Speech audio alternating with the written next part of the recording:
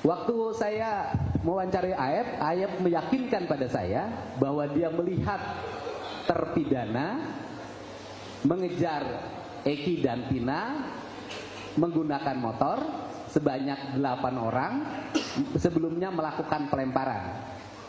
Dan dia melihat itu ketika dia sedang membeli rokok pada malam hari. Nah, kemudian saya jelaskan. Dari penjelasan Aep itulah saya penasaran.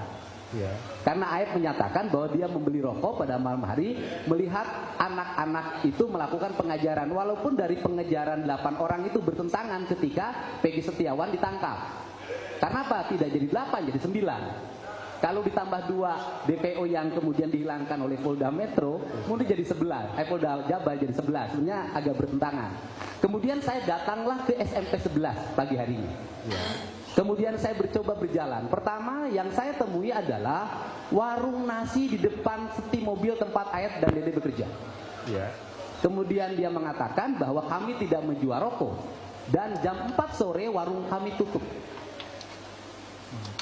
Kemudian saya mencoba lagi mencari penjual rokok. Ternyata penjual rokok yang tersisa yang buka malam hari di tahun 2016 itu ada satu penjual namanya Warung Madura. Jarak dari Warung Madura ke tempat yang tuduhan anak-anak kumpul itu kurang lebih waktu itu 120 meter. Nah, setelah itu sudah beberapa lama, lebih dari 1 bulan, pemilik Warung Maduranya bertemu dengan saya dan saya tanya, apakah Aep dan Dede pernah beli rokok? Waktu itu Aep aja saya tanya. Dia katakan memang ada, tetapi peristiwa pelemparan dan peristiwa pengejaran tidak pernah ada menurut yang punya Warung Madura, baik suaminya maupun istrinya.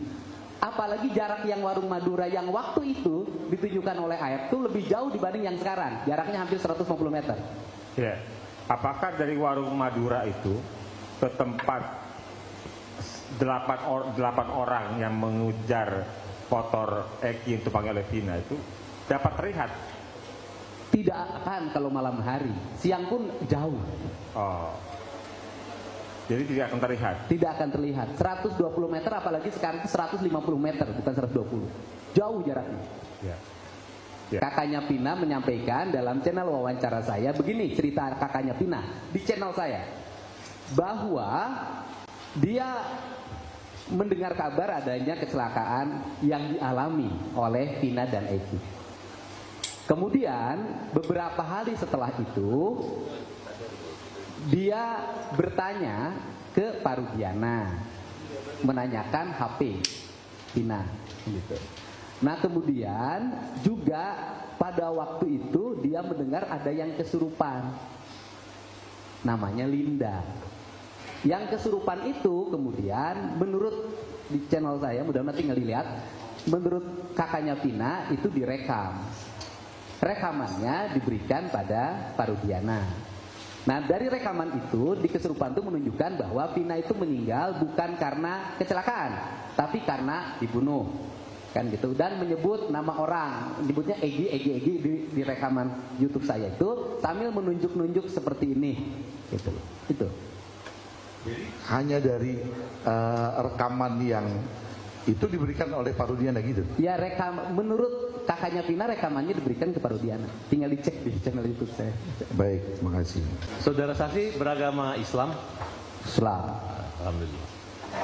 Sepengetahuan saudara saksi percaya nggak dengan kesurupan? Saya tidak percaya.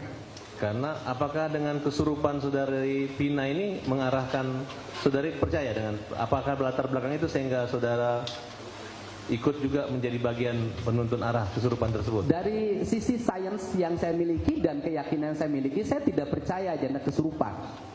Kesurupan hanya dialami oleh orang-orang yang mengalami lemah dalam mental.